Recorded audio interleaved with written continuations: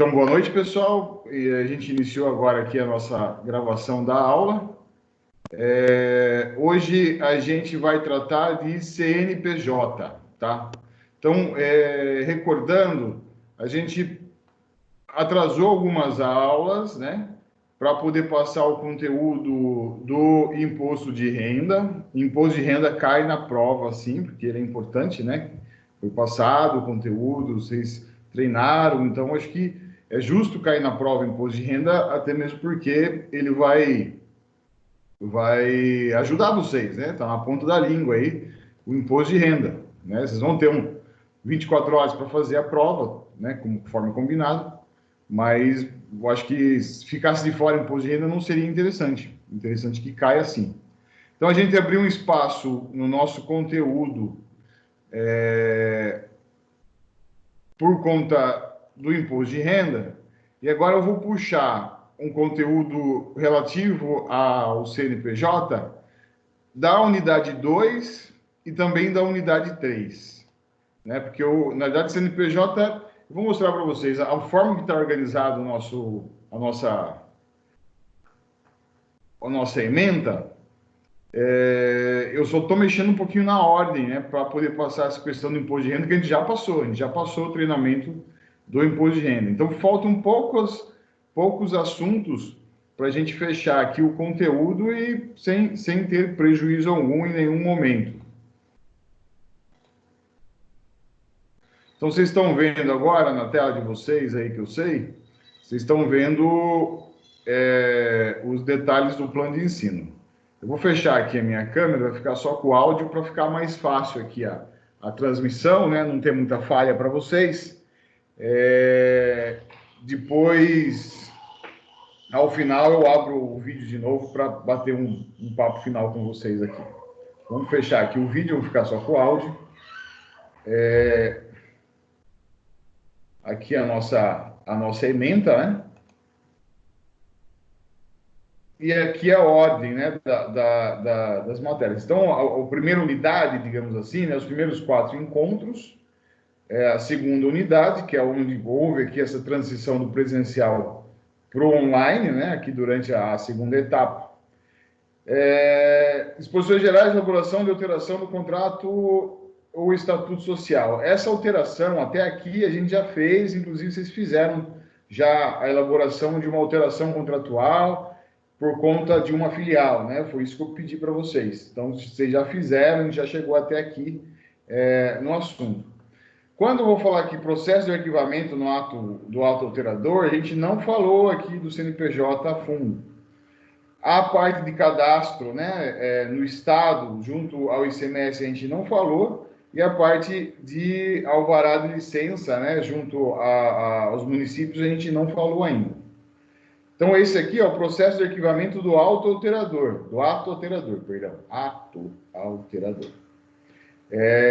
São esses 4 encontros que seria a unidade 2. Hoje, a gente começa aqui, seria a unidade 3, né? E o primeiro assunto, disposições gerais, elaboração de um distrato social. Depois, a próxima aula é processo de arquivamento do distrato social. Depois aqui, ó, a terceira aula, né? Seria a aula 11 aqui, né, da unidade 3, processo de baixa do CNPJ, baixa no Estado, alvará de licença no município. E por último aqui, disposições gerais, legislação, constituição, formas de rateio.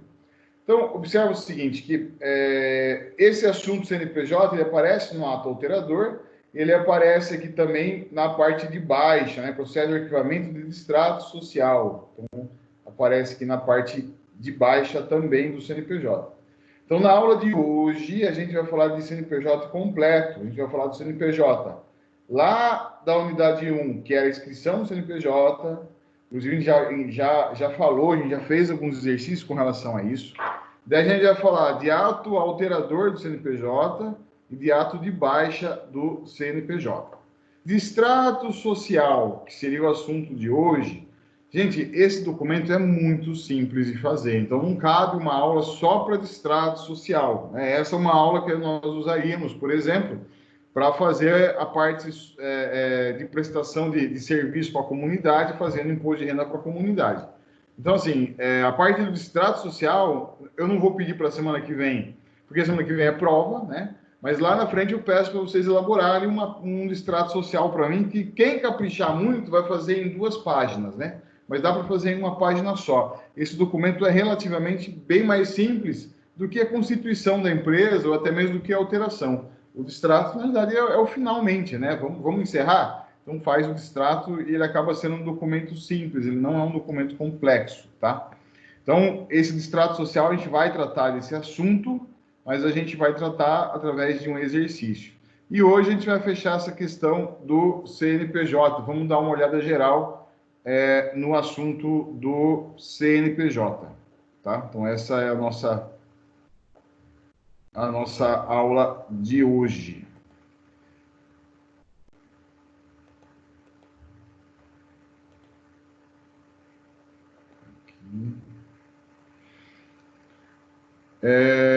Bom, vocês estão vendo aí uma apresentação. Essa apresentação não fui eu que montei, mas eu uso essa apresentação, ela é muito boa. É uma apresentação da própria Receita Federal, disponível para os NAFs, né, que é o Núcleo de Apoio Fiscal.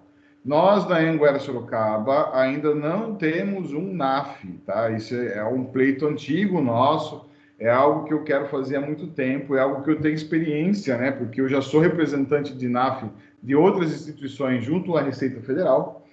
E esse semestre eu sentei, conversei com a nossa coordenadora, ela falou assim, agora está fácil. Tinha um entrave jurídico dentro da própria Anhanguera, que a gente não acabou travando os outros semestres, né? A gente conseguir fazer, mas agora tudo indica que está fácil da gente conseguir montar um NAF, e esse NAF, inclusive, trabalhar em conjunto com a disciplina de fundamentos de práticas contábeis, né? Então, a gente tem essa oportunidade. Porém, como, né, o mundo parou, né, a Terra parou, como diria Raul Seixas, a gente também parou esse processo. Eu acredito que agora só vamos conseguir retomar a partir do próximo semestre. Mas o NAF ele é um projeto bem legal, é um projeto da Receita, estendido aos cursos de ciências contábeis, estendido aos cursos de comércio exterior. Esses são os 2 principais cursos que a Receita faz parcerias, e que ele tem o intuito de prestar serviço para a comunidade. Então, ele fornece alguns treinamentos que a gente pode estar prestando serviço para a comunidade, inclusive com relação a orientações sobre o CNPJ, inclusive, obviamente, fazendo imposto de renda para a comunidade, que é algo que a gente já faz aí só comigo, já são 3 anos consecutivos, né? Esse que já seria o 4º ano que a gente iria fazer o imposto de renda para a comunidade. Fora isso, outros professores antes de mim já trabalhavam também nesse projeto. Então, a gente já faz algumas coisas do NAF, a gente só não tem o título, tá? Então, a aula de hoje, Cadastro Nacional de Pessoa Jurídica, CNPJ. A gente vai passar os trâmites gerais aí do CNPJ. Inclusive, a gente já vai adiantar a parte de baixa, né? Então, essa parte de baixa, a gente está adiantando essa matéria, que seria 2 encontros para frente, a gente já adianta. Lembrando vocês, né, que durante a aula online, quem quiser falar, fique à vontade, né? Depois, quem for assistir a aula, quem já estiver assistindo a aula gravada, não vai ter essa oportunidade, né? Vai ter que, se tiver alguma dúvida, se comunicar comigo, a gente está à disposição para ajudar, mas de outra forma, por e-mail, né? Mas de outra forma, não mais online.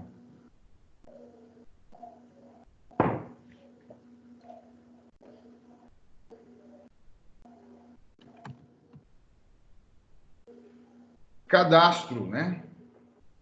Aqui, Cadastro Nacional de Pessoa Jurídica. O que é o tal do cadastro? O cadastro é um conjunto organizado de informações sobre determinadas pessoas físicas, jurídicas, bens ou serviços que interessa a um ou mais órgãos públicos ou privados. Então, são informações básicas, né, que você tem que ter para poder ter um relacionamento com aquela pessoa. Então, vou comprar lá na Renner, né? Quero fazer um cadastro para ter um cartão da Renner. Então, são informações básicas ou fundamentais, digamos assim, que a Renner tem que ter para me fornecer esse crédito, né? O cartão da loja. Do mesmo modo, né, para o Estado, né, para o governo, ele precisa do cadastro das pessoas para que ele saiba quem são os seus contribuintes. O mesmo, obviamente, vale até mais, a questão das pessoas jurídicas, das empresas, que é onde, né, se produz riqueza, obviamente é onde o fisco olha uma possibilidade até mesmo maior de conseguir a arrecadação. Então, repetindo, cadastro é um conjunto organizado de informações sobre determinadas pessoas, que podem ser físicas ou jurídicas, bens ou serviços, que interessa a um ou mais órgãos públicos ou privados. A importância do cadastro, né? Ele tem que ter uma veracidade dos dados que compõem o cadastro. É importante ele ser verdadeiro, né? Não ser uma coisa falsa, não ser um laranja que cadastraram lá, mas aquela informação não é de toda verdadeira. Quanto melhor for essa veracidade, mais confiável será o cadastro. E na falta, né, de atualização e consistência desse cadastro, obviamente você tem menos confiabilidade com relação a essas informações.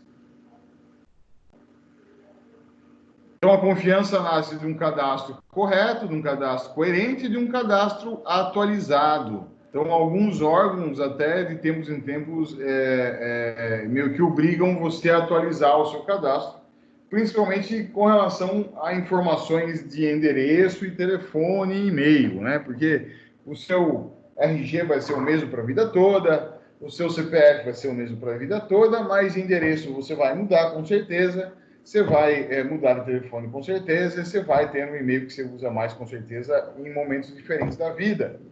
Então, essa é a importância do cadastro atualizado, a importância de vez ou outra, sei lá, passar o seu cartão no caixa eletrônico, o caixa eletrônico confirmar algumas informações com você. O mesmo acontece no aplicativo do banco.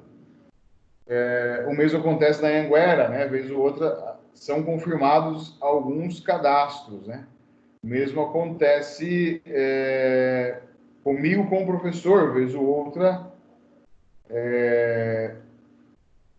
são solicitados, né, solicitado pelo departamento pessoal da Anhanguera que eu atualize o meu cadastro, para que se tenha as informações atualizadas. Aí sim você tem um cadastro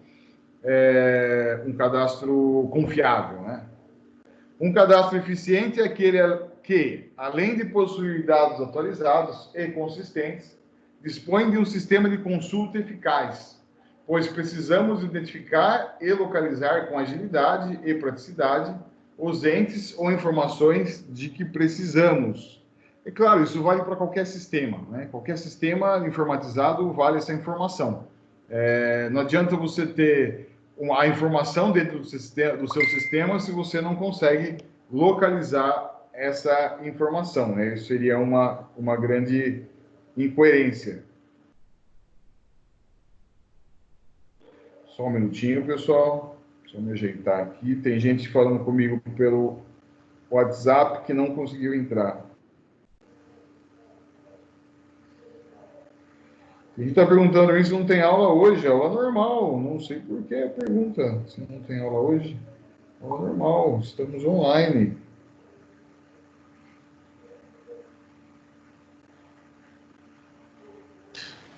Quando eu fui entrar na aula pelo link, professor, eu abri o programa e não entrava, tive que fechar tudo e abrir de novo, aí deu certo.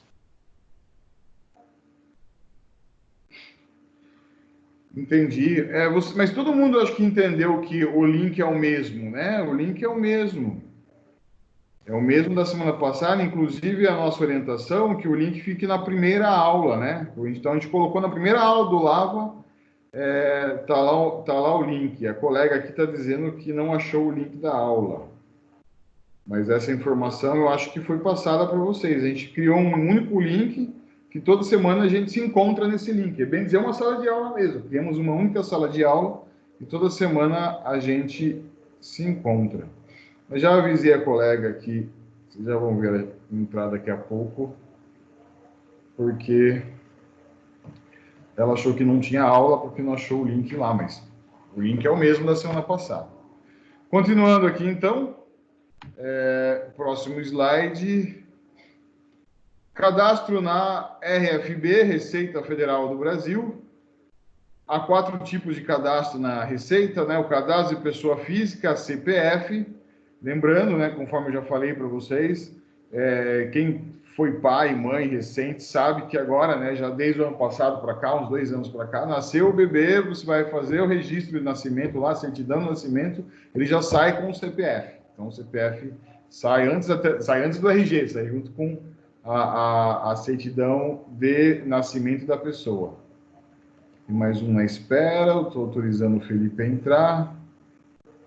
Tem mais gente para entrar, acredito. Voltando então, cadastro pessoa física, todas as pessoas físicas, cadastro nacional de pessoa jurídica, CNPJ, basicamente todas as empresas têm CNPJ, é difícil fugir disso, né?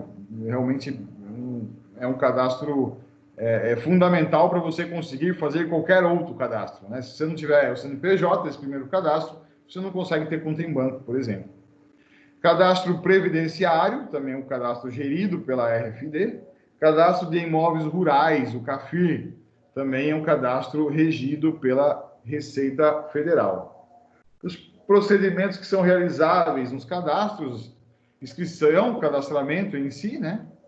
Manutenção, alteração do cadastro junto à Receita Federal e baixa, cancelamento. Então, são esses os procedimentos que você faz junto a esses cadastros.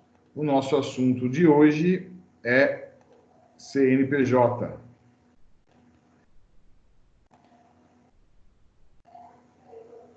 O que é CNPJ? O Cadastro Nacional de Pessoas Jurídicas, CNPJ, é um banco de informações acerca de todas as pessoas jurídicas de interesse da Receita Federal do Brasil, contendo nome, endereço, porte empresarial, quadros societários, atividade econômica, etc. Então, não se tem, é impensável você ter uma empresa, né, se você não tiver um CNPJ. Talvez alguns tipos de agremiações sociais se consiga ainda sem ter CNPJ, né, aquela questão da sociedade simples, mas mesmo assim acaba sendo inviável, né, porque tudo necessita do CNPJ. Fundamentação legal, a criação dele, né, dessa ideia do cadastro de pessoa jurídica, ele data de 1970, né, essa lei aí 5.614, de 5/10/1970. Em 1998, a Instrução Normativa da Secretaria da Receita Federal, 27, né, número 27, de 5/3/1998, aqui há algumas alterações com relação a esse cadastro, e ele mudou de nome, né, de CGC, que, se eu não me engano, faltou olhar isso, acho que é Cadastro Geral de Contribuinte, se eu não me engano era isso, de CGC para CNPJ. Se vocês pegarem documentação anterior a 1998, há mais de 20 anos já, vocês vão ver a inscrição CGC.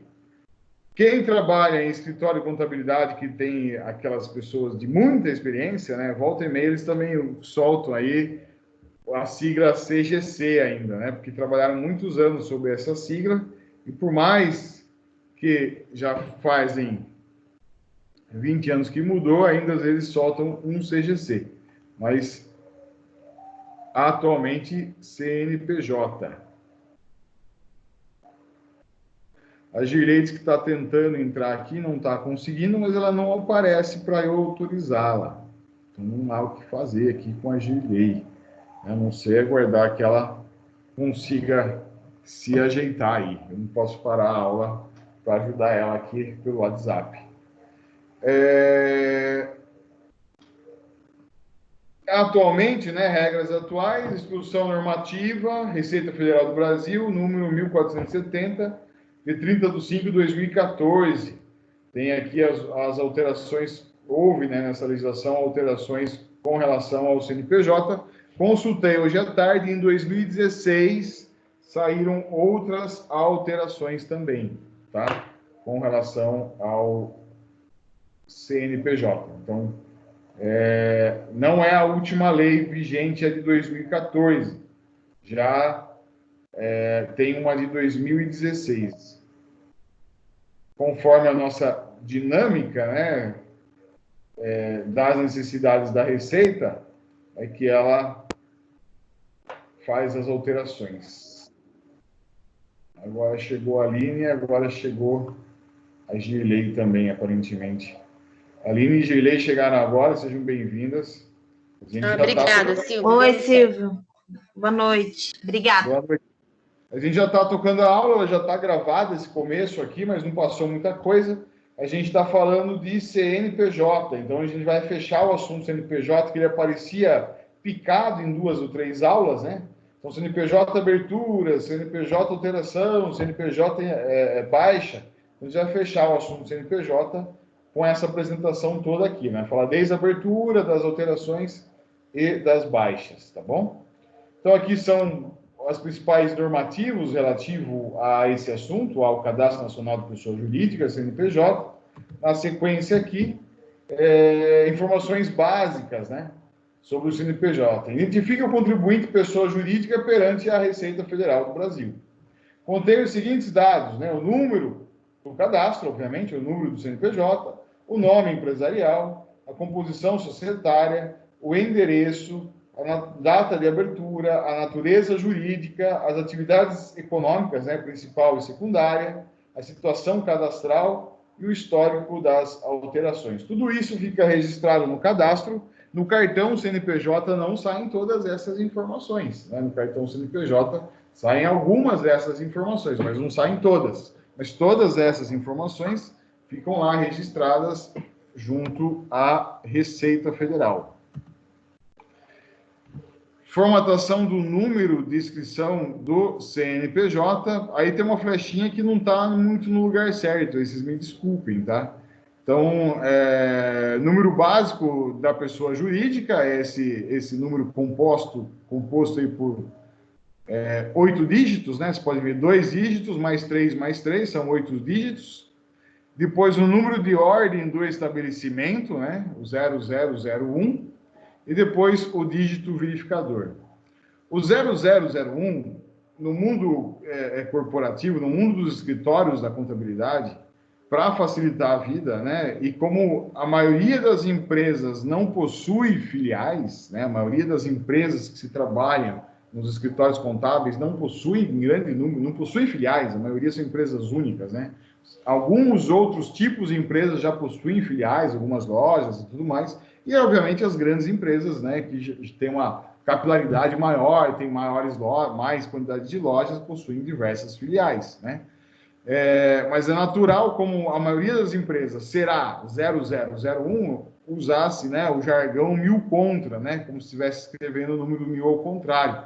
Então, na hora de se falar o número do CNPJ, fala-se observando, né, a pontuação, né, 23751 769 1000 contra 72, por exemplo, né? E fica mais fácil, inteligível, né? Essa forma que acabou sendo uma convenção natural de como se ditar o número do CNPJ para uma outra pessoa e assim sucessivamente. A obrigatoriedade do CNPJ, né? Então, todas as pessoas jurídicas domiciliadas no Brasil, inclusive as equiparadas pela legislação do imposto sobre a renda, estão obrigadas a inscrever no CNPJ cada um dos seus estabelecimentos localizados no Brasil ou no exterior antes do início de suas atividades. Então, o CNPJ é por estabelecimento. Cada estabelecimento tem que ter o seu CNPJ. É claro que, se for filial, a única alteração será, obviamente, aqui, né, no número de ordem do estabelecimento.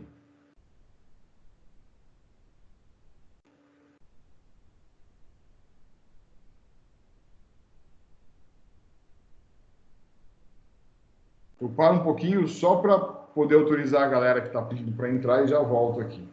Então, as alterações, né, quando tem mais de uma filial, vai ser 2.000 contra, 3.000 contra. Até que em algum momento, né, tem empresas que tem... O Banco do Brasil, por exemplo, tem tantas filiais que ele usa aqui os 4 dígitos aqui para dizer quais são as suas filiais. Como são 4 dígitos, pode ter até 9.999 filiais, né? O que é improvável, né? Acho que nenhuma empresa chegou a ter tantas filiais assim no Brasil.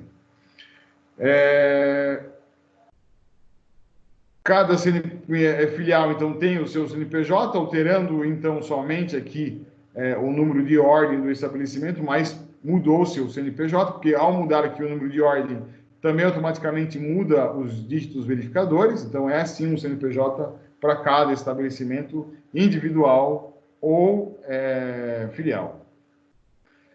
Quem tem a obrigatoriedade de se inscrever no CNPJ? Esse slide aqui, ele não está amigável, eu sei, eu vou dar uma ampliada aqui na tela para vocês. Agora, espero, né, que na tela de vocês esteja um pouquinho mais amigável, mas eu consigo ler para vocês aqui. De acordo com o artigo 4, né, daquela lei de 2014, são obrigados a inscrever no CNPJ órgãos públicos e qualquer dos poderes da União, dos Estados, do Distrito Federal e dos municípios, desde que constituam em unidades gestoras de orçamento. Então, o órgão público, as prefeituras, o legislativo, o judiciário, né, os fóruns, todos eles têm o seu CNPJ. Condomínios edilícios, conceituados pelo artigo 1332, a Lei 10.406, de 10 de janeiro de 2002, que é o nosso Código Civil. Então, os condomínio de prédio, condomínio de casas, né, de horizontais, condomínios, de grandes condomínios, todos, obviamente, são obrigados a ter inscrição no CNPJ. Grupos e consórcios de sociedades constituídos, respectivamente, na forma prevista nos artigos, daí ele cita a lei aqui, que é a lei das SAs, lá, 6404. Então, consórcio e sociedades, tem que ter CNPJ. Consórcio de empregadores, tem que ter CNPJ. Clubes e fundos de investimentos, tem que ter CNPJ. Olha que interessante. Representações diplomáticas estrangeiras no Brasil. Então, o consulado dos Estados Unidos na cidade de São Paulo, por exemplo, tem o seu CNPJ. Tá? Diferente, né? Também em Brasília você tem a embaixada dos Estados Unidos, lá também tem o CNPJ dele. Então, cada órgão estrangeiro. Representações diplomáticas do Estado brasileiro no exterior.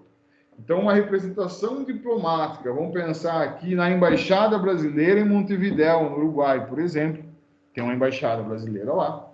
Essa embaixada que está localizada em Montevidéu, ela tem que ter um CNPJ para se relacionar com os órgãos brasileiros aqui, mesmo ela estando no exterior, como é um órgão brasileiro que está no exterior, ele tem que ter CNPJ. Vocês lembram daquela lei, né, que fala assim que o território de uma embaixada, mesmo ele estando em um outro país, ele pertence ao país a que ele serve, né? Então, o território lá, os metros quadrados onde está a embaixada brasileira no Uruguai, é Brasil. É como se fosse um território brasileiro. Por isso que sempre quando há algum refugiado político, ele se refugia dentro de uma embaixada, porque ele está dentro de um outro território e não daquele país, né, que está cercando aquele território. Com base nisso, né, considerando isso, que a representação diplomática do Brasil no exterior, ela está no território brasileiro, mesmo no exterior, ela é obrigada a ter um CNPJ, tem toda a lógica, né, porque ela tem que obedecer às regras da legislação nacional. E, além disso, obviamente, para ela poder se relacionar, até mesmo para ela ter direito aos seus orçamentos, né, para ela poder se manter como representação do país em outro país, ela tem que ter um CNPJ. Representações permanentes de organizações internacionais ou de instituições extraterritoriais no Brasil. Então, se você tem a ONU, né, se tem algum órgão, algum escritório da ONU no Brasil que tem, né, o Unicef, tem que ter CNPJ. Serviços notariais de registro, cartórios, tem que ter CNPJ. Fundos públicos, tem que ter CNPJ. Fundos privados, tem que ter. Candidatos a cargo político eletivo, comitês financeiros e partido político e frentes plebiscitárias ou referendárias, no termo da legislação específica. Na minha época de funcionário do Banco do Brasil, eu lembro que quando chegava a época da eleição, muitos candidatos iam abrir uma conta corrente específica para a eleição. E eles tinham, foi quando eu tive contato com isso a primeira vez, eles tinham um CNPJ específico de candidato político para a eleição. É claro que esse CNPJ ele tem um caráter temporário, ele vale somente enquanto a campanha daquele candidato, depois que finda as eleições, ele presta as últimas contas que ele tem que fazer, e depois esse CNPJ é encerrado. Então, ele tem essa obrigatoriedade de ter durante o período em que ele é candidato. Por isso que aparece, candidatos a cargo político eletivo. Durante o período que ele é candidato, ele tem que ter um CNPJ. Incorporações imobiliárias, objeto de opção pelo regime especial de tributação, que é o RET. Comissões polinacionais criadas por ato internacional celebrado no Brasil e outros países. Então, um acordo internacional que se estabelece uma comissão que tem uma localização dentro do território nacional tem que ter CNPJ. E entidades domiciliadas no exterior que se enquadrem em determinados requisitos. Então, eu tenho uma entidade que está no exterior, mas que presta alguns serviços aqui no Brasil, Médicos Sem Fronteiras, por exemplo, né? Exército da Salvação, né? Cruz Vermelha, dentre tantas outras, né? Eles também são obrigados a ter CNPJ junto à Receita Federal aqui no Brasil. Voltando, então, agora diminuiu muito, sim, chegou onde eu queria. Para o próximo slide, unidades cadastradoras, né? Quem que faz o cadastro do CNPJ? São aquelas competentes para deferir ou indeferir atos cadastrais das entidades no CNPJ, a partir da análise sobre os aspectos formal e técnico das informações contidas na documentação apresentada pela entidade. Basicamente, são as unidades da Receita Federal do Brasil e aquelas por ela designada em convênio, como cartórios, juntas comerciais e etc. Então, as delegacias, né, os CACs das Receita Federal, que pertencem às delegacias da Receita Federal espalhada no Brasil, aqui em Sorocaba nós temos uma delegacia da Receita Federal, e tem também um CAC, né, que é o Centro de Atendimento ao Contribuinte, me presta esse serviço de cadastro do CNPJ. Para facilitar a vida de todo mundo, a Receita Federal também tem um convênio com a Junta Comercial do Estado de São Paulo, né, a JUSESP, e ao fazer também a abertura da empresa dentro da JUSESP, que é obrigatório, né, registrar a empresa na JUSESP ou fazer uma alteração da empresa junto à JUSESP, é unificado já o cadastro do CNPJ no Estado de São Paulo. Então, já sai com o CNPJ também, já entra com a solicitação do CNPJ também pela JUSESP. Então, as juntas comerciais, a do Estado de São Paulo, tem sim esse convênio com a Receita Federal. Os atos que são praticados, né, perante o CNPJ, inscrição, alteração de dados cadastrais, situação de inscrição, baixa de inscrição, restabelecimento de inscrição e declaração de nulidade de ato cadastral. Então, são os atos que se pratica, né? Você escreve, altera e baixa. Basicamente, é essa a função, né? Uma função para contábil, né? Essa função de cadastro do CNPJ não é a função principal do contador, mas é quem trabalha em escritório ou quem é contador autônomo tem que saber fazer isso. Não tem jeito, né? Não tem como você pagar um terceiro para fazer se você está começando a empreender como empresário contábil. Então, você tem que saber fazer isso. E o dia que você tiver o seu escritório, você tem que saber fazer isso, compreender isso até mesmo para poder ajudar o profissional que vai trabalhar com você nessa área. Como solicitar esses atos, né? Alteração, inscrição, baixa, etc. Então, são solicitados por meio de aplicativo online disponível no site da Receita Federal, em serviços para empresas, cadastro, inscrição, alteração, baixa no CNPJ, acesso direto. Isso aqui, inclusive, na primeira aula do CNPJ de cadastro, eu pedi para vocês entrarem lá, para vocês olharem, eu pedi para fazer depois, no segundo momento, eu pedi para fazer lá um fluxograma, alguns me mandaram, nem todos, mas alguns eu sei que me mandaram. Então, já tateamos isso daqui, né? Então, essa movimentação, esses atos, né? Ainda bem, né? Estamos em 2020, vivemos na era digital, né? Então, não precisamos mais fazer isso aqui, num primeiro momento, via formulário somente, né? A gente consegue fazer via online, que acaba sendo mais fácil. Lembra que eu falei no começo com relação ao NAF, né? Que eu tenho essa pretensão de que a gente tem um NAF aí na Anguera, e tem tudo para ter agora, tá tudo em ordem, né? A gente só não conseguiu, de fato, esse primeiro semestre de 2020 por conta do isolamento social, né? Então, mas assim, o aluno do NAF, ou seja, o aluno que está fazendo essa disciplina com a gente de práticas contábeis, a gente poderia marcar alguns horários, até mesmo durante a aula, para a gente atender pessoas que precisassem, por exemplo, de informações sobre o CNPJ, com a autorização da Receita Federal, com o aval da Receita Federal, com um contrato de parceria com a Receita Federal. O que a gente pode fazer, então, né? O que o aluno pode fazer? O aluno do NAF pode orientar o contribuinte a realizar os procedimentos de inscrição, alteração, baixa e outros no sítio da Receita Federal, bem como informá-lo da documentação necessária. Então, o dono da empresa, ele, com o certificado dele, da empresa, ele consegue fazer esses movimentos, essas informações junto à Receita Federal. E os alunos, né, da práticas contábeis na Anguera poderiam, sim, orientá-lo com relação a como fazer isso. O que é que a gente faz para imposto de renda? Então, eu acredito que alguns de vocês eu vou encontrar ainda em Práticas Contábeis 2 ou em Práticas Contábeis 3. Até lá, talvez a gente já tenha conseguido essa parceria com o NAF e a gente faça um projeto nesse sentido. É muito, muito, muito, muito gratificante fazer serviços, né? Devolver, né? Fazer ações para a sociedade em geral, né? É um aprendizado para nós, que estamos dentro da faculdade, e é gratificante porque, de fato, você está dando algo para a sociedade que vale a pena. A inscrição do CNPJ. Chegamos aqui na inscrição.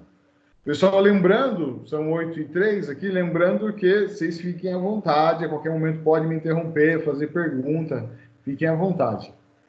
Para realizar a inscrição no CNPJ, o aplicativo exige que o contribuinte preencha diversas informações, como o quadro de sócios administradores, endereço, telefone, ramo de atividade, CPF do responsável, a fim de que o cadastro fique completo para consultas futuras. Após o preenchimento de todos os dados, é gerado o documento básico de entrada, que deve ser impresso, assinado e entregue junto com cópia autenticada da documentação da pessoa jurídica, contrato social, ato de constituição, etc., na unidade cadastradora competente. Quem pode ser? Receita Federal, cartório de pessoa jurídica, junta comercial, que vem informada no próprio DBE.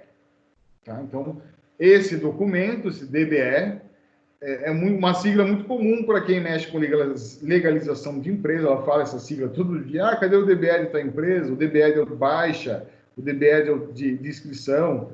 E o DBE nada mais é do que documento básico de entrada. Entrada do quê? Da informação junto à Receita Federal. Então, essa aí seria a carinha, né, desse documento, seria a carinha aí do DBE. Tem um código de acesso lá em cima, o número de rastreio dele, o nome da empresa, o número do CNPJ, se ele já tiver, né? A relação do que ele está fazendo, alteração, filial, os documentos que são apresentados, o quadro societário, a identificação do preposto, né, quem está respondendo para levar esse documento, né, a identificação do representante da pessoa jurídica, e lá embaixo as assinaturas e tudo mais. Então, essa aí é a carinha do DBE. Aqui uma cara aqui da página da Receita Federal, né, o contribuinte para acompanhamento, né, da solicitação do CNPJ. Então, ele entra com o número do recibo, aí, um número de identificação, e faz a consulta aí de se aquele agente CNPJ já sofreu a alteração, né, que foi solicitada, seja uma inscrição, seja uma alteração, seja uma baixa. Alteração de dados. Então, a inscrição é feita aqui em Sorocaba, você faz direto pela junta, a DBE você já entrega junto à junta comercial, junto com os documentos, inclusive, de abertura de empresa. Assim que processado, você consegue acompanhar lá no site. Assim que processado, você consegue imprimir o CNPJ, inclusive, do próprio site. Tem mais um colega que chegou agora na aula. Bem-vindo.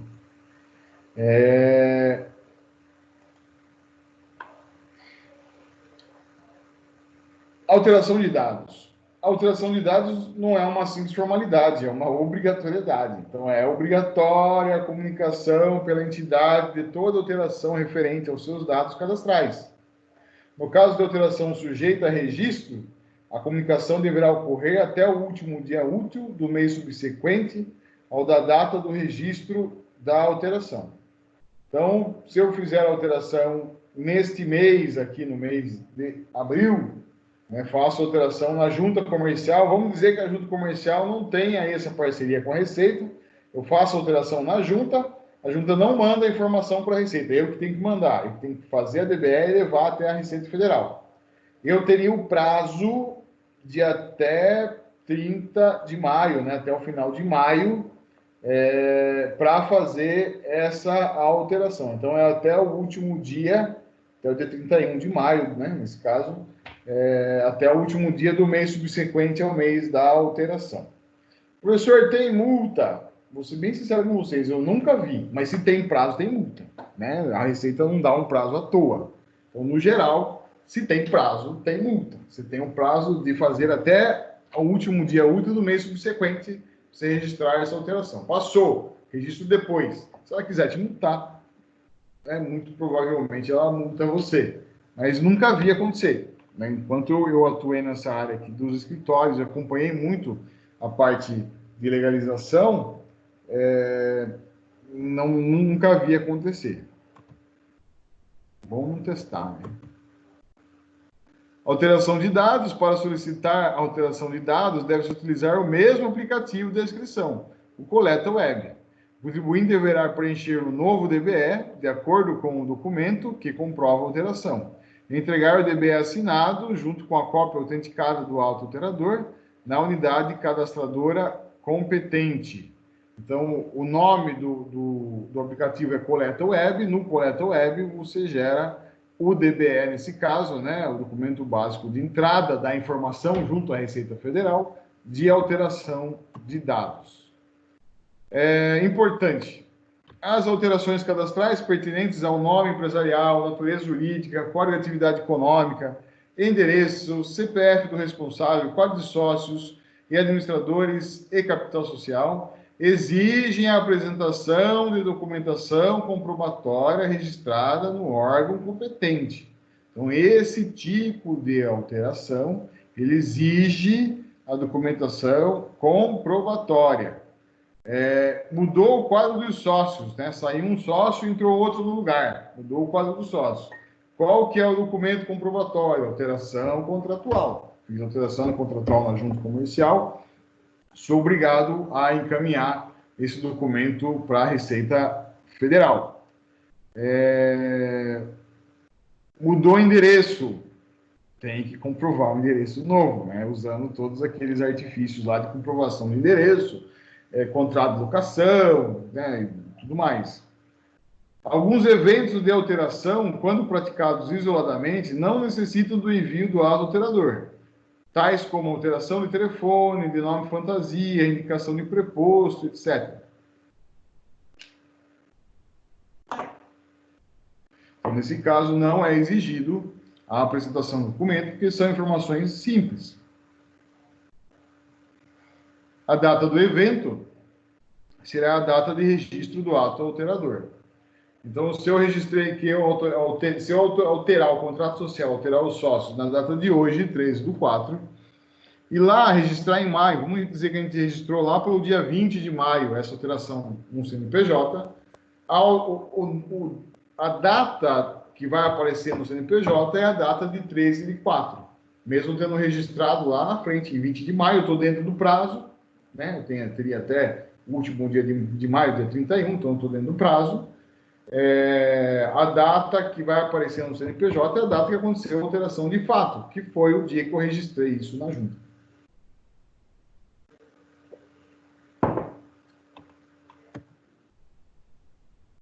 Chegamos aqui, então, às baixas, né? Aqui agora a gente adianta um pouco esse assunto do CNPJ, porque as baixas, esse assunto aconteceria ainda em umas aulas adiante, a gente juntou tudo numa aula só, ficou bem mais fácil. Então, aqui a baixa de inscrição do CNPJ do estabelecimento matriz deverá ser solicitada até o 5º dia útil do mês subsequente ao da ocorrência dos seguintes eventos de extinção. A baixa já mudou. A alteração tem que acontecer até o 5º dia útil do mês subsequente. Se o fato, né, se eu dei entrada de baixa, então, nesse mês de abril, na data de hoje, 13/4, eu teria, né, provavelmente até o dia 5, 6 ou 7 do mês seguinte, para conseguir fazer para poder fazer essa alteração dentro do prazo. Então, essa é a regra. Não é do segundo mês seguinte, Silvia? Perdão, do segundo mês. Obrigado. Não me atentei aqui. Eu só li o mês seguinte. Obrigado, Juilei. Pontual sua participação. Até o segundo mês, o 5º dia útil do segundo mês subsequente. O que, então, que eu achei que seria uma redução do prazo, é um aumento do prazo, né? Então, ao invés da gente ter até o dia, nesse nosso caso, né, até o último dia de maio, a gente iria até o 6º ou 7º dia aí de junho. Quais são os atos, então? Encerramento da liquidação voluntária, judicial ou extrajudicial. Alguém quer comentar mais alguma coisa? Fique à vontade. Ô, Silvio, Oi. Quando você fala de baixa, o que isso quer dizer? Eu não estou entendendo sobre essa baixa aqui. O que baixa quer dizer? Baixa quer dizer fechar, encerramento. A empresa parou de funcionar. Você tem que informar a Receita Federal que você parou de funcionar. Senão ela vai continuar te cobrando não só impostos, né? Mas ela vai continuar te cobrando as obrigações acessórias, cobrando que você entregue as declarações da empresa. Então você tem que informar que aquela empresa não existe mais. Isso é a baixa, você baixar o seu CNPJ, fazer com que ele deixe de existir, ele passe a ser, seria baixado, né? Passe a ser inativo, né? Encerrado, pode ser essa palavra. Então, a baixa, meu caro, ela, nesse caso, é sinônimo de encerramento, beleza? Beleza, então. Valeu. Obrigado. Então, a palavra encerramento apareceu. Encerramento da liquidação voluntária, judicial ou extrajudicial. Então, é quando os sócios decidem encerrar aquela empresa, por algum motivo, eles vão fazer alguma outra coisa da vida, mas não vai continuar com aquela empresa. Então, eles fazem o encerramento da empresa de uma forma voluntária. Quando o CNPJ tem que baixar porque aquela empresa foi incorporada por outra empresa, então, outra empresa comprou aquela empresa, ela já tinha o CNPJ da primeira, ela incorporou a segunda, então você baixa esse CNPJ da empresa que foi incorporada.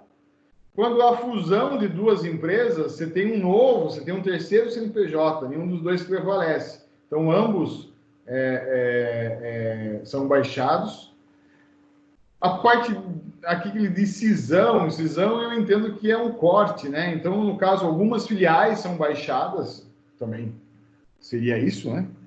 Encerramento do processo de falência com extinção das obrigações do falido. Então, a empresa não consegue honrar os seus compromissos, ela fecha as portas e entra em um processo de falência, onde os seus bens são leiloados, né? Ela paga os seus credores, e depois que ela cumpriu já todas as suas obrigações, você consegue baixar o CNPJ. Isso aqui eu não desejo para nenhum empresário, não desejo para ninguém. Não é legal esse processo, um processo chato, que tem custo de um negócio que já acabou, né? Então é muito ruim.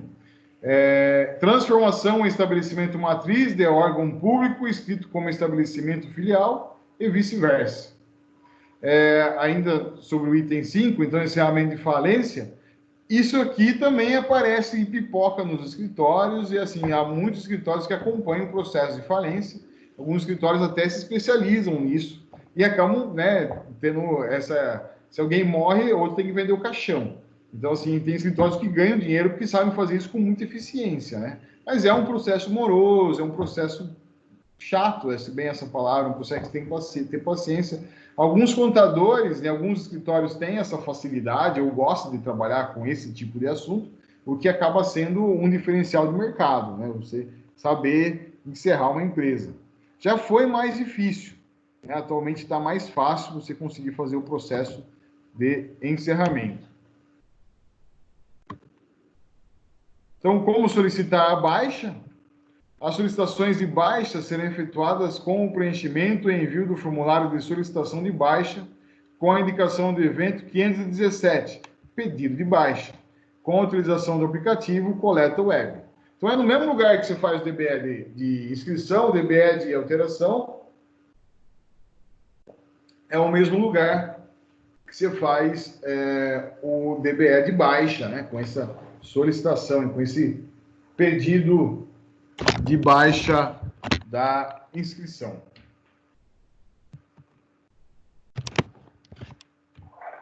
A entidade terá a baixa de inscrição no CNPJ deferida, independentemente da existência de débitos em aberto ou suspenso ou ausência de declarações. Entretanto, haverá a transferência da responsabilidade por eventuais obrigações tributárias existente ou que venham a ser apuradas para o titular, sócios ou administradores. Então, antigamente você não conseguia baixar a empresa com débito. De um tempo para cá, de 2014 para cá, houve essa facilitação, digamos assim, o que é muito positivo. Você encerra aquele CNPJ de vez, ele para de ser um passivo muito oneroso para você. Você consegue encerrar. Só que se você tiver alguma pendência tributária, ela vem para o seu CPF.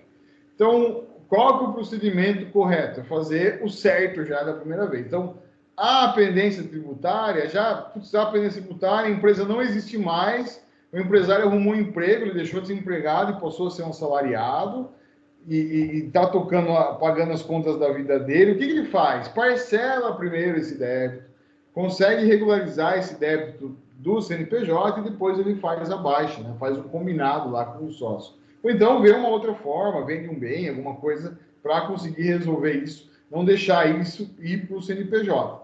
Não tenho condição agora, vou fazer o parcelamento depois. Então baixa agora, deixa aí para o CNPJ, né? E daí lá na frente faz o parcelamento. Vai ficar lá, a Receita não vai esquecer tão fácil desse débito aí. Passou 5 anos, caduca. Não é bem assim, a memória dos computadores da Receita Federal não são tão ágeis com relação a caducar. É recomendável, portanto, que a entidade faça uma pesquisa de situação fiscal no momento da baixa, para não ser surpreendida com cobrança posterior de débitos apurados. Então, essa pesquisa também os sócios da empresa conseguem fazer com o certificado digital dele lá, ele consegue levantar essas informações, ver o que está aberto e o que não está aberto, e participar de um programa de parcelamento junto à Receita, de um programa especial de parcelamento junto à Receita, para ele poder regularizar isso e encerrar, findar a vida aí dessa empresa aí junto à Receita Federal. Se o ato de extinção ainda não houver sido registrado, o diferimento da baixa no CNPJ poderá ser feito diretamente pelo órgão de registro, junta comercial ou cartório. No momento do registro da extinção, se este órgão for conveniado. Então, assim como eu consigo fazer a abertura, né, da empresa na junta comercial, eu consigo fazer a inscrição do CNPJ também diretamente na junta comercial.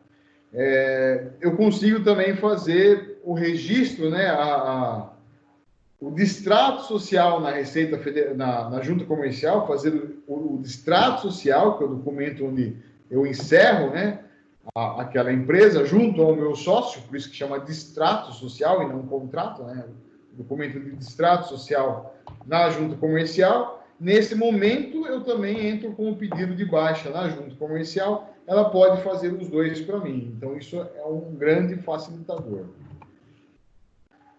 Orientações complementares, né? A baixa do estabelecimento matriz implica a baixa de todos os estabelecimentos filiais. Grande obviedade aqui também, né? Então, se eu baixei o estabelecimento matriz, também vou baixar todas as filiais desse estabelecimento automaticamente. Eu posso baixar filiais e não baixar a matriz, e não encerrar a matriz. Mas se eu encerrei a matriz, né, não cabe outra compreensão, a não ser dizer que eu encerrei todas as filiais juntas. Será indeferido o pedido de baixa no CNPJ quando as informações constantes do quadro dos sócios administradores, o QSA, quadro dos sócios administradores, do CNPJ, estiverem divergentes das informações referentes aos sócios e administradores constantes no ato de extinção. A entidade deverá promover a atualização do quadro de sócios administradores na base do CNPJ antes da solicitação da baixa. Isso quer dizer o quê? Às vezes, isso é um erro no processo, na gestão da empresa, isso aqui seria um erro, ele aponta um erro do gestor contábil dessa empresa, do escritório que cuida dessa empresa. Porque ele está dizendo o seguinte, a empresa fez a alteração contratual, mudou os sócios. Obrigatoriamente, ele teria que ter feito lá a alteração no CNPJ. Ele não fez. Trocou os sócios, ele não fez a alteração no CNPJ. Mas lá na frente, ele fez uma outra alteração, nesse caso, ele fez um distrato para encerrar a empresa. E quando ele leva esse distrato com os sócios que assinam o distrato, e esses sócios não são os mesmos que estavam registrados na Receita, você tem que fazer, então, esse registro anterior. Registrar a alteração para depois registrar a baixa. O que também aqui, nessa orientação, acaba levando a algo óbvio, né? Mas acontecia antigamente, pelo menos quando estava no escritório, eu acompanhava alguns casos de empresas que circulavam de um escritório para o outro, que ele vinha com um contrato social, que ele fez uma alteração, às vezes queria concorrer lá a um pleito, né, concorrer a uma licitação, ele fazia uma alteração contratual para se adequar àquela licitação, mas não fazia alteração do CNPJ, e o órgão da licitação não cruzava os dados, ou não conseguia cruzar os dados de uma forma que ele verificasse isso naquela época, então era natural acontecer que havia algumas alterações contratuais que não tinham sido feito o devido à atualização do CNPJ. Mas hoje eu vejo que isso aqui é um erro grave, eu vejo que isso aqui não deve existir, eu vejo que cada vez mais a Receita Federal e os outros órgãos, né, as juntas comerciais e tudo mais, trabalham para que isso não aconteça. Eu fiz uma alteração contratual, automaticamente eu já altero o CNPJ. Qual a data de extinção? Considera-se data de extinção aquelas referidas à tabela do documento, orientações constantes do anexo 8, né, da instrução normativa da FB, de 2014, abaixo produzirá efeitos a partir da data de extinção da entidade. Então, a partir do momento que saiu, de acordo com essa tabelinha, acho que não, nesse caso aqui, eu procurei a tabela à tarde, eu não achei, tá? Mas o que ele está dizendo é o seguinte, a partir do momento que você baixou, né, os efeitos da extinção acontecem. Então, a empresa já não existe mais, né? Ninguém pode procurar essa empresa porque ela já não existe mais. É claro que os credores vão procurar os ex-donos dela, os ex-sócios que fizeram a extinção dessa empresa. O credor vai atrás, se deve, o cara vai atrás, se o governo vai atrás, se o banco vai atrás, Se é fornecedor, vai atrás, ele vai atrás de alguém e vai cobrar. Mas a empresa não tem mais legalidade jurídica. A empresa não pode fazer mais nenhuma outra ação jurídica, porque ela já não existe mais, né? Então, são os efeitos da extinção. A baixa descrição do CNPJ não implica em atestado de inexistência de débitos tributários do contribuinte, não impedindo que posteriormente sejam lançados ou cobrados impostos, contribuições e respectivas penalidades, decorrente da simples falta de recolhimento ou da prática comprovada e apurada em processo administrativo ou judicial, de outras irregularidades praticadas pelos empresários, pelas pessoas jurídicas ou por seus sócios ou administradores, reputando-se como solidariamente responsáveis os titulares, os sócios e os administradores no período de ocorrência dos respectivos fatos geradores, de acordo com o artigo 9º da Lei Complementar 123 de 2006. Ou seja, não adianta baixar a empresa para você fugir de imposto, porque não dá, tá? Não dá. Não adianta, não, o governo não vai deixar. Você vai conseguir baixar a empresa e ela vai deixar de existir, o que acaba sendo uma segurança para o dono da empresa. Não existe mais CNPJ, ninguém vai me roubar o CNPJ, não vai acontecer nada de ruim novo com essa empresa. Mas o que ela tinha de ruim velho, você vai ter que dar uma conta disso, porque não vai ser esquecido. CNPJ comprovante de inscrição em situação cadastral. Então, para sabermos se uma determinada empresa está em situação cadastral ativa, baixada, suspensa, etc., devemos acessar o site da RFB e seguir os seguintes passos, né? Serviços para empresas, cadastro, comprovante de inscrição, situação cadastral no CNPJ, acesso direto. Isso aqui, assim, é a vida de quem trabalha com contabilidade. Você vai olhar o CNPJ, em um momento você vai ter que confirmar algum dado lá no cartão. Você não vai precisar imprimir toda hora, né? Mas você vai fazer a consulta lá no site. Se é um cliente seu, você vai salvar um PDF no seu Drive lá, para quando você precisasse fazer a consulta do CNPJ, né? Aqui, então, está um exemplo desse CNPJ, é o melhor exemplo de todos, que esse é o CNPJ número 1, né? Ou melhor, é o CNPJ número 0, né? Quando começou aí a inscrição cadastral de pessoa jurídica, a primeira empresa, a entidade a ser cadastrada foi o Banco do Brasil, é verdadeiro esse CNPJ, inclusive. Então, o CNPJ de número 00000000, barra, né? 1000 contra 91. Então, esse é do Banco do Brasil S.A. É claro que ele tem tantas filiais, né? Que os 4 dígitos referentes às filiais já estão nas casas das centenas, aí, eu acho que nas casas dos milhares, aí, né? Dos 1000. Nome empresarial, Banco do Brasil, título de estabelecimento é a direção geral, obviamente, esse PJ é a direção geral. Qual que é o código de atividade, né? Bancos múltiplos, né? Com carteira comercial, outras atividades, serviços financeiros em geral, aí não especificados anteriormente. É uma sociedade de economia mista, né? Ela é metade do governo e metade ela é negociada em bolsa de valores. Aqui o endereço dela, lá em Brasília, né? Então, alguma coisa Bancário Sul, sem número, quadra 1, bloco G, tá aí o CEP, o bairro Asa Sul, Brasília, Distrito Federal. A situação cadastral é ativa, né? E a data dessa consulta aqui é de 2005, faz tempo, hein? Não, a data da situação cadastral, quando houve a última alteração. Data da situação cadastral é 2005. Esse documento foi emitido em 2013, também faz tempo, mas não mudou, é a mesma cara, a mesma coisa, o CNPJ tem a mesma carinha ainda. Então, é aqui que você faz a consulta para saber o que? A situação cadastral do CNPJ. Nesse caso aqui, ao ser consultado nessa data, a situação desse CNPJ em específico estava ativa, tá?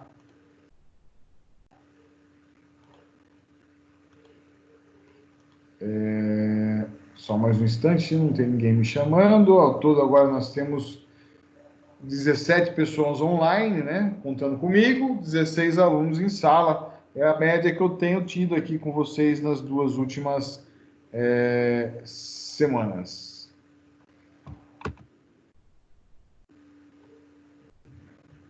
Situação cadastral, CNPJ ativa, né? Quando não se enquadrarem em nenhuma outra situação cadastral. Ou seja, está tudo certo. Está ativa a situação cadastral desse CNPJ. Suspensa, estando a solicitação de baixa em análise ou tendo sido interferida. Então, ela está suspensa por algum motivo. Solicitação de baixa está em análise, por enquanto o CNPJ está suspenso.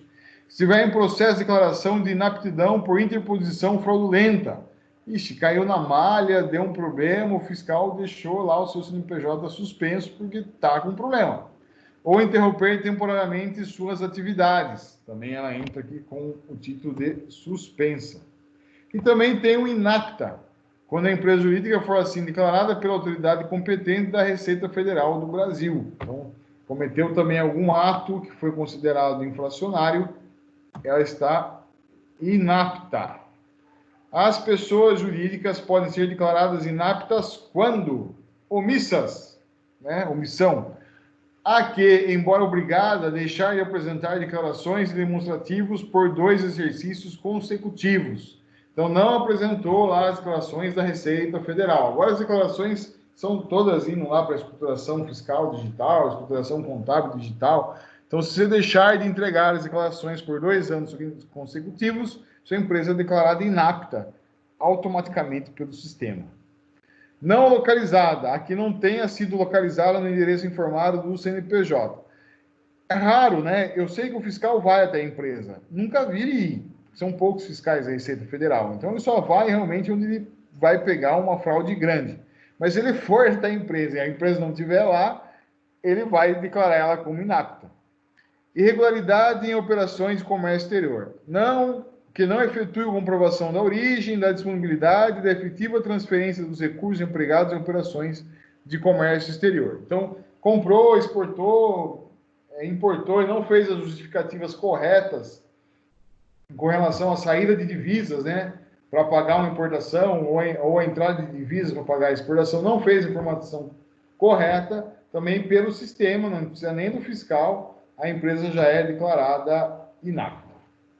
Pessoal, é o seguinte, ó, são 8 horas e 32 minutos aqui no meu reloginho. Faltam 5 slides, né?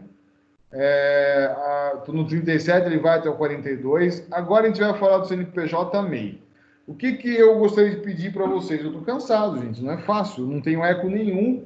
Só a Girlei, que vez ou outra me puxa a orelha aqui, porque eu falei alguma coisa que estava errado. Muito obrigado, Girlei. De resto, vocês ficam todos quietinhos, é muito confortável até, o professor não para de falar, mas cansa.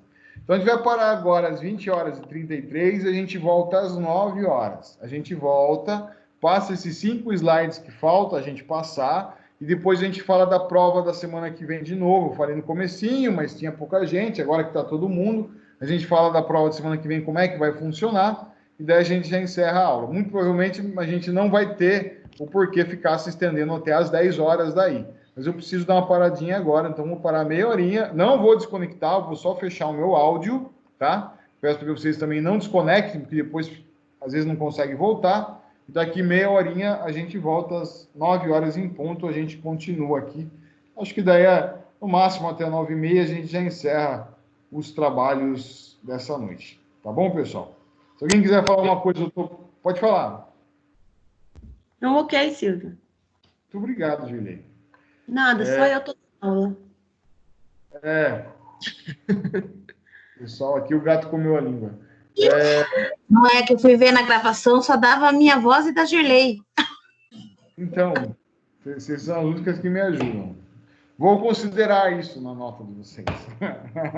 Pessoal, então eu estou fechando meu áudio, mas eu estou perto da minha máquina.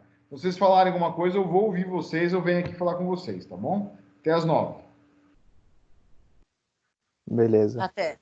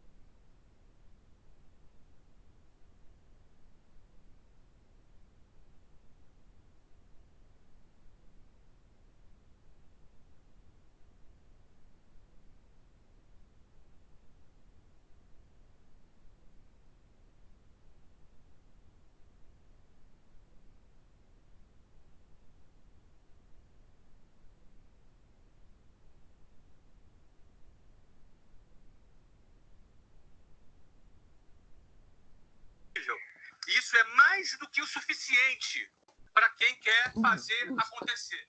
Isso é mais do que o suficiente.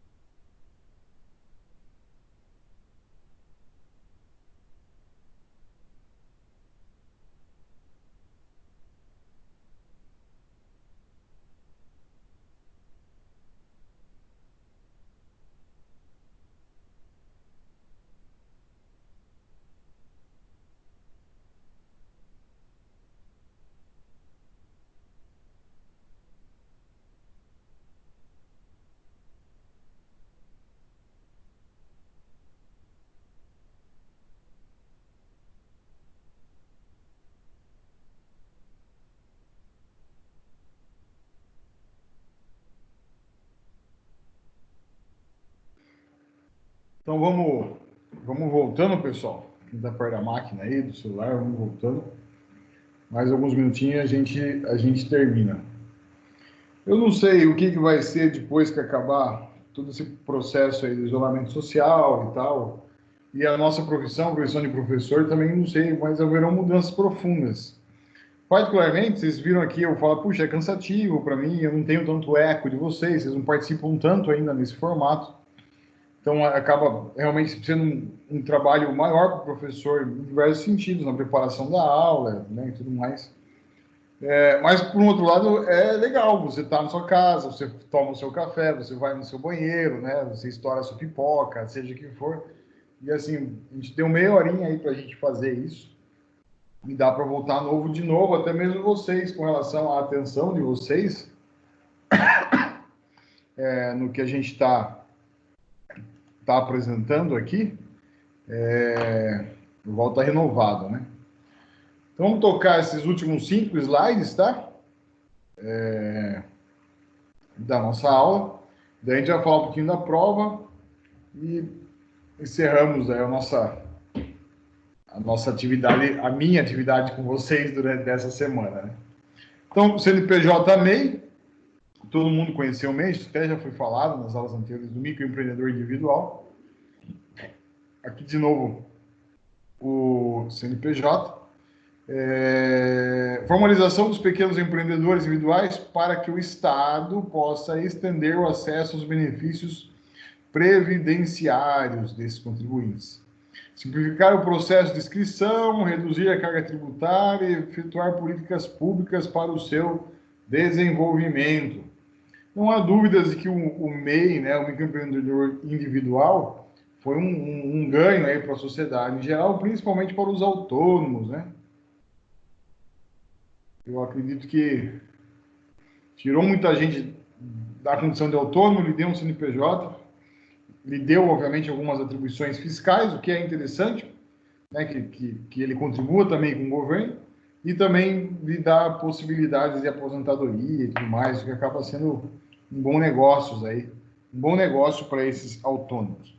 Entre as vantagens oferecidas está o registro do mínimo empreendedor no CNPJ, o que facilitará a abertura de conta bancária, o pedido de empréstimo, emissão de notas fiscais,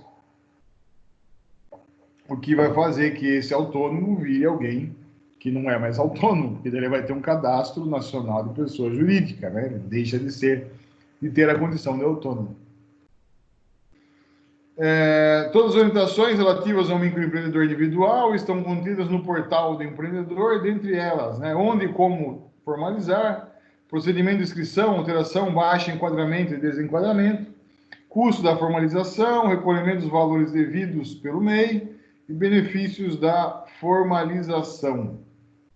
Né? Então, sempre vai acontecer, tá? Orientações quanto ao MEI. Os MEIs não são alvo dos escritórios contábeis, dos empresários contábeis, né? Eles não dão lucro para o escritório, não é essa a ideia. Mas quem é um MEI hoje, né? Quem é um microempreendedor hoje, e tem a veia de empreendedor em si, ele pode ser uma grande empresa amanhã, nada impede, né? E você pode acompanhar o crescimento dele. Então, embora os escritórios não foquem no MEI, eu sei de histórias de sucesso de alguns empresários contábeis que acompanharam pequenos MEIs com potencial e esses viraram empresas de médio porte, né? Então, valem a pena, né? Esse acompanhamento, essa atenção aqui para o pequenininho também. Nem que seja só para informar. Aí está o portal do empreendedor.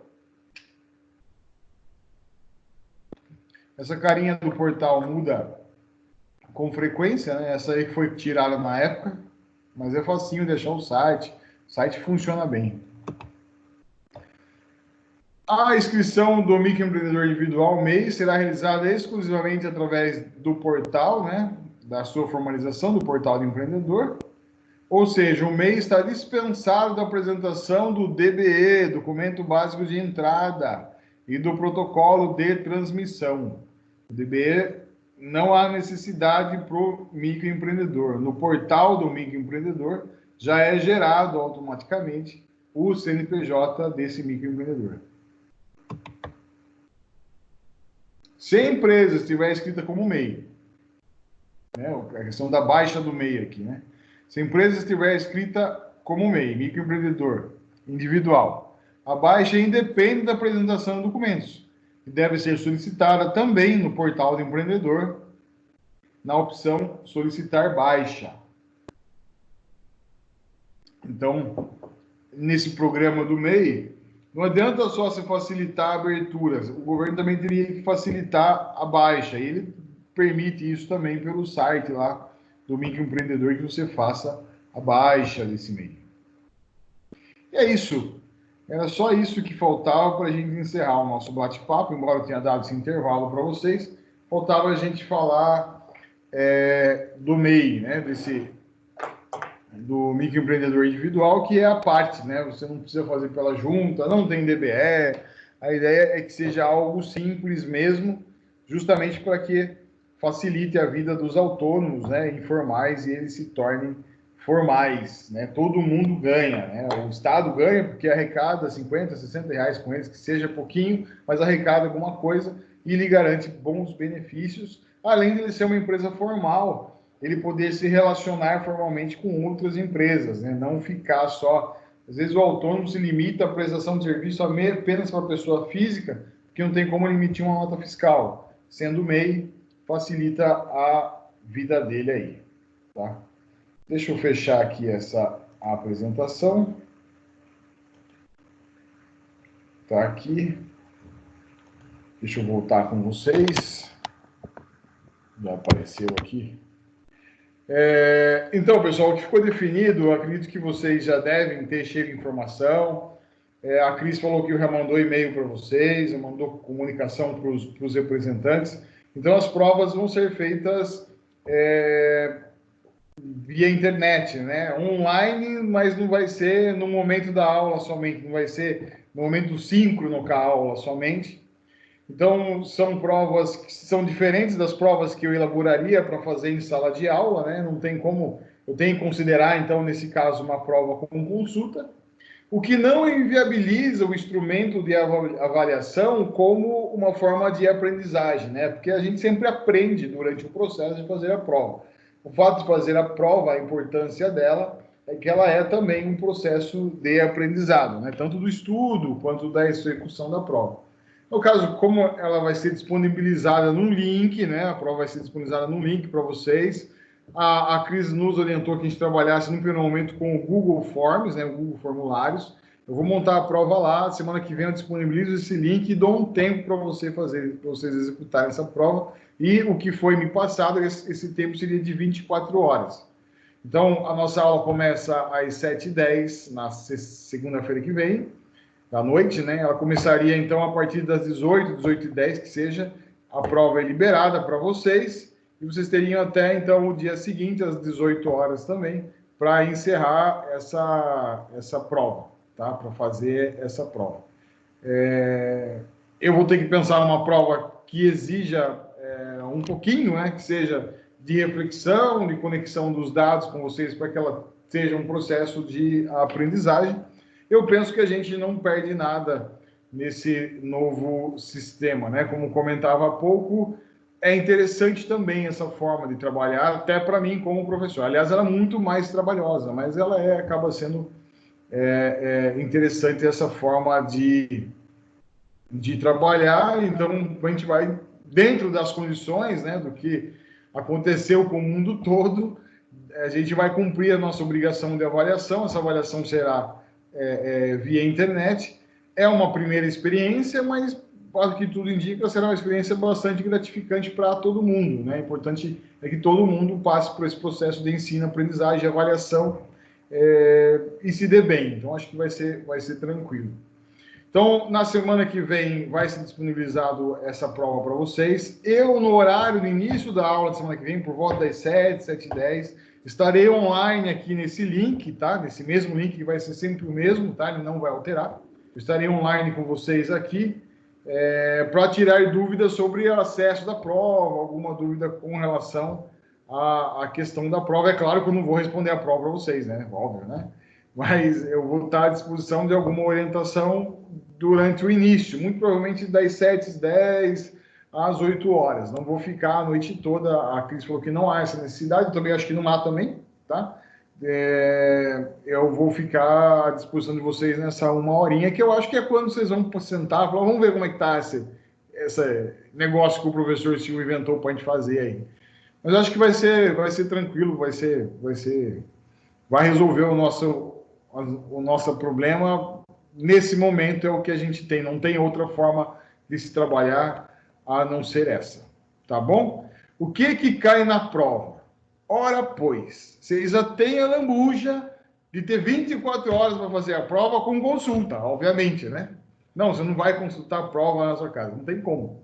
Então, a prova vai cair toda a matéria que está lá no AVA, do começo do semestre até hoje, os slides que estão lá, as informações estão lá, alguma coisa relativa a algum trabalho que eu pedi para vocês fazerem, o site da Receita Federal, alguma coisa nesse sentido. E assim, o que já está lá, é legal estudar antes, é legal dar uma olhada para ter noção de estar cada coisa, e depois a prova vocês vão ter o tempo da consulta de vocês, então acho que vai ser tranquilo. Se for muito moleza também, vocês vão ficar até bravos, né? Então, a gente vai fazer algo coerente. Também não estou afim de ficar... vou agora nessa situação, não estou vendo ninguém mesmo, ninguém vai me pegar na rua, eu vou reprovar todo mundo. Eu não seria professor se eu fizesse isso. Então, vai ser algo realmente coerente com o que a gente vem trabalhando, tá bom? É isso, tá? Eu acho que por hoje esse era o nosso bate-papo. Estou à disposição para algum questionamento de vocês, alguma dúvida de vocês sobre a prova, sobre como vai ficar as coisas. Por hora está tudo em ordem. No começo eu falei a questão dos pontos, né? Ali eu não consegui dar a devolutiva dos e-mails, mas eu vou olhar e-mail de novo, até os que eu já olhei e falar que eu recebi, e vou lançar os pontos até quarta-feira. Inclusive, esse é meu prazo, até quarta-feira eu lanço a pontuação de vocês, já fica isso fechado. Faltando apenas aí a pontuação relativa à prova, tá? Alguém quer perguntar alguma coisa? Por favor, fique à vontade.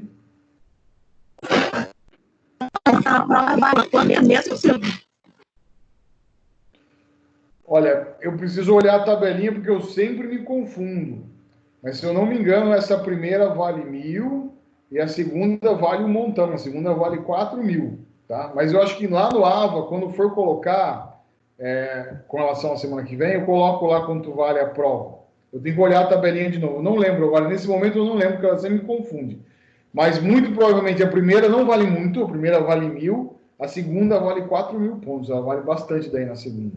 Tá bom? Beleza, obrigada. Mais alguém? Em relação à prova, será a unidade 1 e a unidade 2, Silvio? Então, e a aula de hoje? Então, basicamente, a gente não tem um livro-texto que a gente segue bonitinho, né? Porque a aula é MP, a aula é modelo professor. O material que vocês têm é um material que eu coloquei aula a aula no AVA. Então, é em cima daqueles assuntos que estão lá. A gente vai falar de abertura de empresa, a gente vai falar de contrato social, a gente vai falar de registro de CNPJ, e eu não vou deixar de fora, isso é bem lembrado.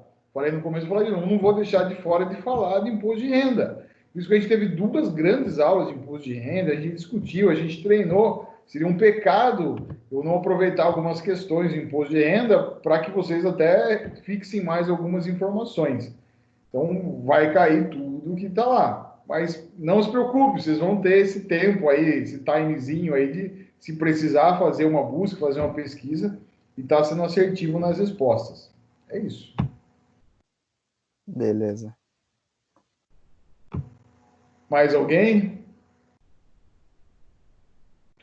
É isso, pessoal. Fico feliz. Aí, de novo, a gente teve aqui, no momento, acho que tinha 16 alunos, mais eu, né, 17 em aula. Agora nós estamos em 15, acho que saíram 3 colegas. Mas o nosso bate-papo de hoje era esse aqui. Então, semana que vem, eu estarei no horário da aula aqui, 7, 7 e 10. Algumas dúvidas, fiquem à vontade. O link, então, para fazer a prova vai estar no AVA. O link da prova vai estar aparecendo para vocês lá no AVA, tá bom? O link da prova da aula 10, que é a aula da semana que vem. Vai estar lá o link da prova, do Google Formulário, que vocês vão estar fazendo a prova. Tá bom? Ô, Silvio, só mais uma pergunta referente ao link. Ele vai estar na primeira página ou vai estar na aula 10? Puxa, eu vou colocar na aula 10. Eu não recebi orientação com relação a isso, então eu vou colocar lá na aula 10 o link do Google Formulários. Tranquilo. Se não conseguir conectar, tiver dúvida, semana que vem no horário aqui, então, das 7 até as 8 horas, eu estarei online também. Mando o link por aqui, tem como eu mandar o link por aqui também, não haveria problema. O que não pode é não fazer a prova. Então, na lista de chamada, nós somos em 32. Tanto semana passada quanto essa semana que eu monitorei, a gente teve 18, né, alunos em sala. Então, está faltando 14 alunos. Não sei quais são os motivos que não conseguem conectar no momento da aula. A gente também não tem como exigir isso. A gente está tratando isso de uma forma realmente branda por conta da situação. Mas é importante que as pessoas façam a prova. Então, a minha preocupação se elas não olhassem lá. Então, eu peço para os representantes, para os colegas aí que tenham contato das salas, tem um grupo das salas, lembrar que a semana que vem é a semana de prova e que tem que entrar no AVA para pegar o link lá, tá bom? É isso. Beleza. Obrigado, Alan. Aline, obrigado. Carolina, obrigado. Danilo, obrigado. Érica, obrigado. Felipe, obrigado. Gilei, obrigado. Gisele, obrigado. Kathleen, obrigado. Paulo, obrigado. Priscila, obrigado. Tainara, obrigado. Evaldinei, obrigado. Semana que vem, então, estaremos à disposição. Tá bom? Boa semana, boas aulas. Boa noite. Boa noite, Silvia. Boa noite, igualmente. Tchau. Tchau.